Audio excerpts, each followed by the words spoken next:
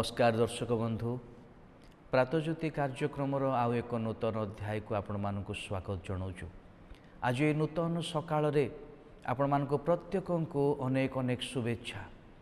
ईश्वरंकर अनुग्रहरु आपण माने एवं मु एक नूतन सकाळ देखिया पाई सुयोग पाइछु। ए नूतन सकाळ समय आम माने भिन्न भिन्न चिंता नहीं आम मानकर यात्रा को आरंभ करो एवं आम मानकर यात्रा आम मानकर परिवार आरंभ हुए। आम जिते सकाळ उठू आम निजर परिवार लोक मानक प्रथमे देखू, निजर परिवार लोक मान सहित आम मानकर संपर्क आरंभ होबा द्वारा आम मानकर यात्रा आरंभ हुए। तेणु परिवार को आम केबेले मध्य अग्राह्य करि पारिबानी। परिवार विषय गोटे सुंदर कथा कहा जाए जे यह समाजर एक मौलिक संगठन। The family is a fundamental institution of the society. तेणु ए संगठन को परिचालना करिया पाई जो मुख्य धार अछंती से होउछंती पिता। जने बापा भावरे परिवार कर्तव्य तुलेइबा आजिर विशेष आलोचना जे गोटे परिवार रे जने पितांकर कर्तव्य।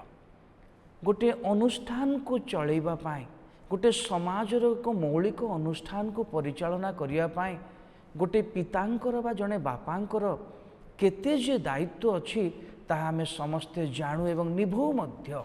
अनेक क्षेत्र में आमे या सफलतार लिभौ एवं अनेक क्षेत्र में आमे याकू विफलतार मध्य पड़ी जाओ। किंतु आमने जानी रखिबा दरकार जे आम परिवार रे जने पिता होउछंती से मुख्य धार एवं तांकर अनेक कर्तव्य एवं अनेक दायित्व सबू रही। गोटे अनुष्ठान को परिचालना करिया पाई जो प्रकार जो सब गुण समूह आवश्यक से समस्त गुण तांको जीवन रे आवश्यक अटे। हुए तो आमे अनेक दिन है आमनकर परिवार को गठन करी आसुचु किंबा अनेक नूतन भाव में आमनकर परिवार को गठन करी आसुचु। एई समय रे आमनकर जानिबा दरकार जे आमनकर कर्तव्य सबु कौन। प्रथम विषय एक समर्पणर जीवन। गोटे परिवार को प्रतिपोषण एवं परिचालना करिया पाए एक समर्पणर जीवन दरकार एवं यही समर्पणर अभाव हेतु बेले बेले परिवार प्रति आमर जो कर्तव्य ता आमे साधन करि पारि न थाओ। भिन्न भिन्न कारण अछि। हुए तो अनेक समय रे आमने अर्थ उपार्जन करू किंतु एई अर्थ को आमे बेले बेले परिवार प्रति जेतिकी व्यवहार करिबा कथा सेतिकी व्यवहार न करी निज पाई मध्य बेले बेले व्यवहार करू। मु अन्य भाव रे जदि सीधा सड़क कहया पई चाहिबी अनेकंकर मद्यपान अभ्यास अछि एवं ए मद्यपान एवं निशार अभ्यास थिबा हेतु आमे कौन करू ना सेई अर्थ को आमे निज आड़ को अनेक मात्रा रे व्यवहार करि दै थाओ जो द्वारा आमनकर परिवार प्रति जो कर्तव्य ताहा माने करि पारि न थाओ एवं ए निशासक्त हेबा द्वारा परिवार रे अनेक विशृंखला को आमे निजे जात करू। तेणु गोटे परिवार रे जने बापा भाव रे मोर सेतिकी विवेक एवं ज्ञान रहिबा दरकार जे मोर परिवार प्रति मोर एक समर्पणर जीवन रहिबा दरकार। एवं द्वितीय विषय जे मते परिवार अन्य माननकु बुझी पारिबार शक्ति मते निहाती आनिबा दरकार। अनेक समय रे निजर परिवार लोक मानकु बुझीबा पाई अभाव हेतु मु अन्य मानक प्रति क्रोध करे। अनेक समय रे पिला मानक प्रति अनेक समय रे निजर स्त्री प्रति आमाने क्रोध करि दो।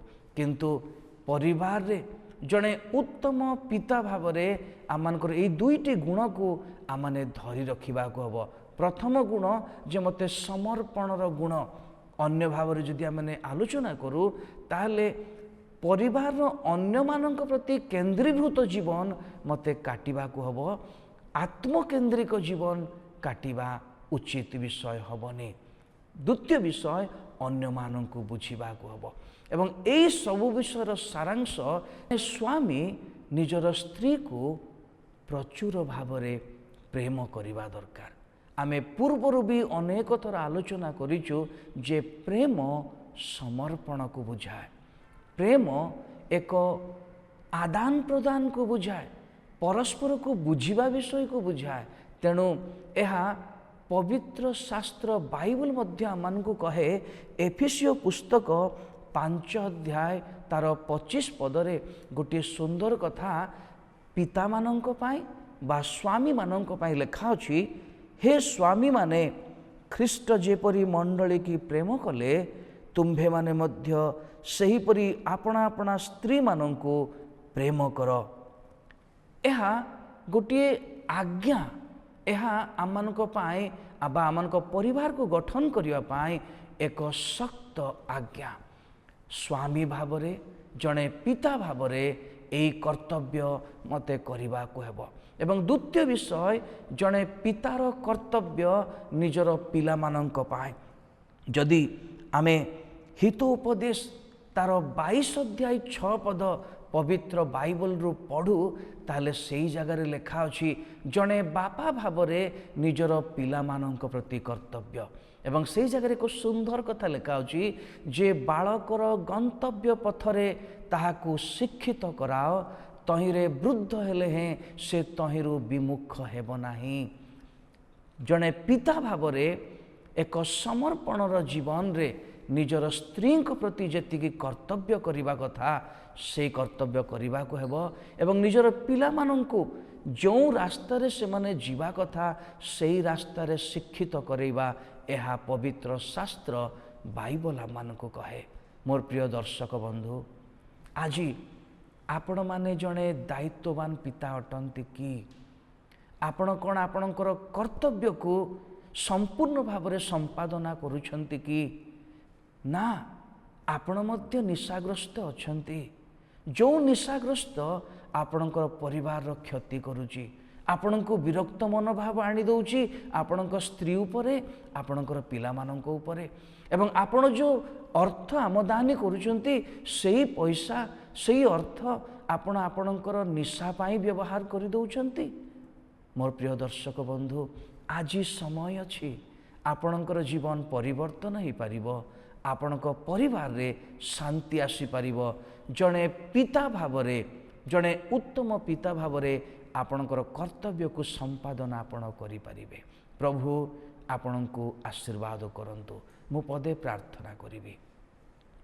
मंगलमय स्वर्गस्थ पिता, धन्यवाद करुछि आज सुंदर शिक्षा मानकु देल।